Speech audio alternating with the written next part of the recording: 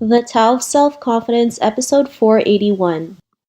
Welcome to the Tao of Self-Confidence, where I share stories of amazing women who have discovered their inner journey to self-confidence. Visit our website at thetaoofselfconfidence.com. Your inner journey to self-confidence awaits.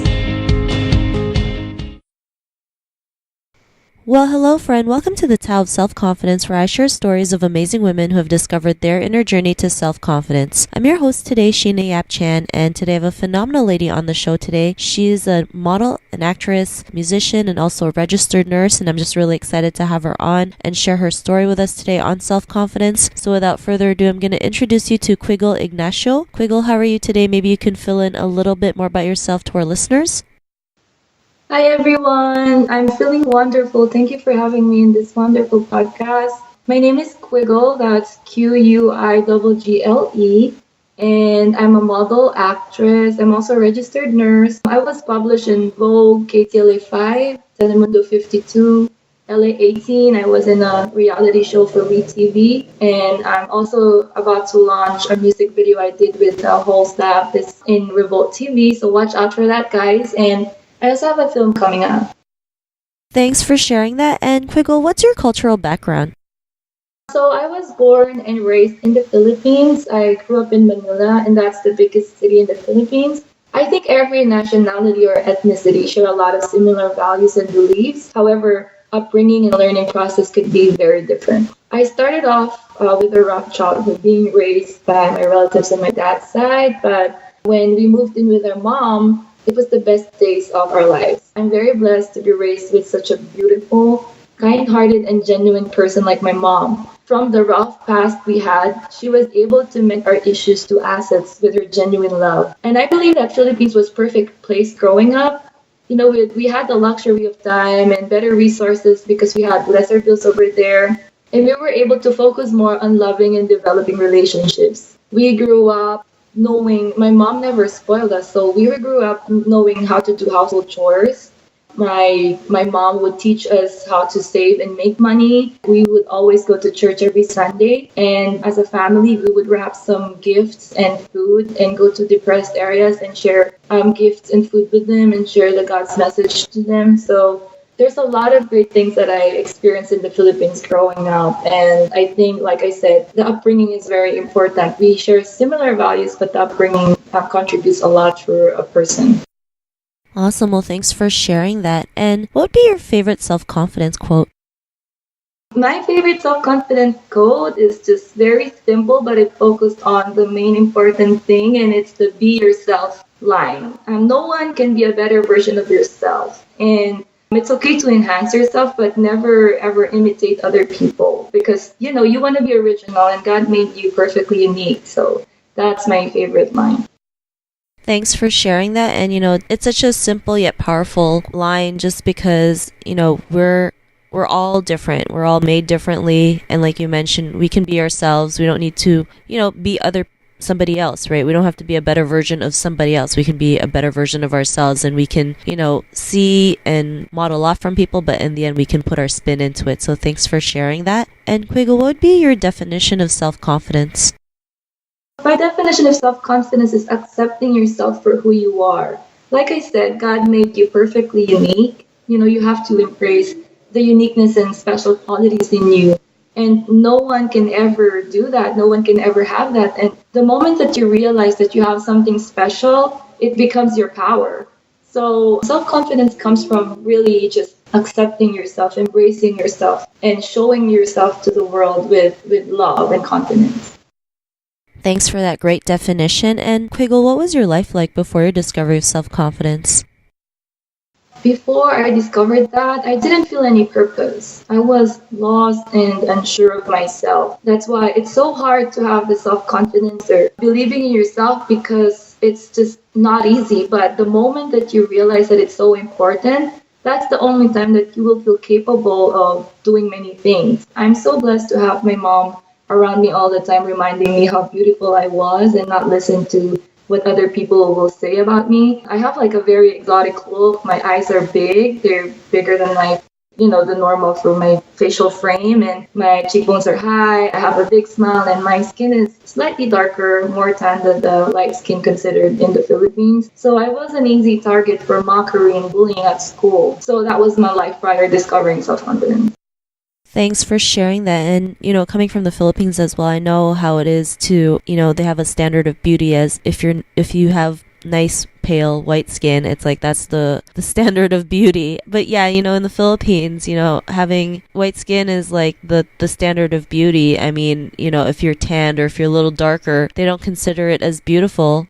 I'm gonna be honest though, for years I used like a whitening soap and it worked for me. And then I got in US and I saw all these tanning salons and I'm like, no way, people want to be dark. I was like shocked. But then, after staying here for 4 years, I get complimented with my skin because I'm tan. And they're like, your skin is so beautiful. And I'm like, really? It's beautiful. So I've learned more to accept myself and to be more confident that it's really how you believe in yourself. Other people will have different opinions, whether you like it or not. People will be for you, people will be against you. So it really boils down to how much do you believe in yourself?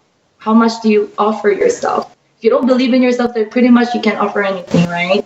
Yeah, totally. And I'm glad you're able to, just be yourself and, be who you are regardless of who thinks you're beautiful or not. And, I believe everyone's beautiful. So thanks for sharing that. And, was there a moment in your life where you realized, you are, this powerful person, this confident person? What was that aha moment in your life?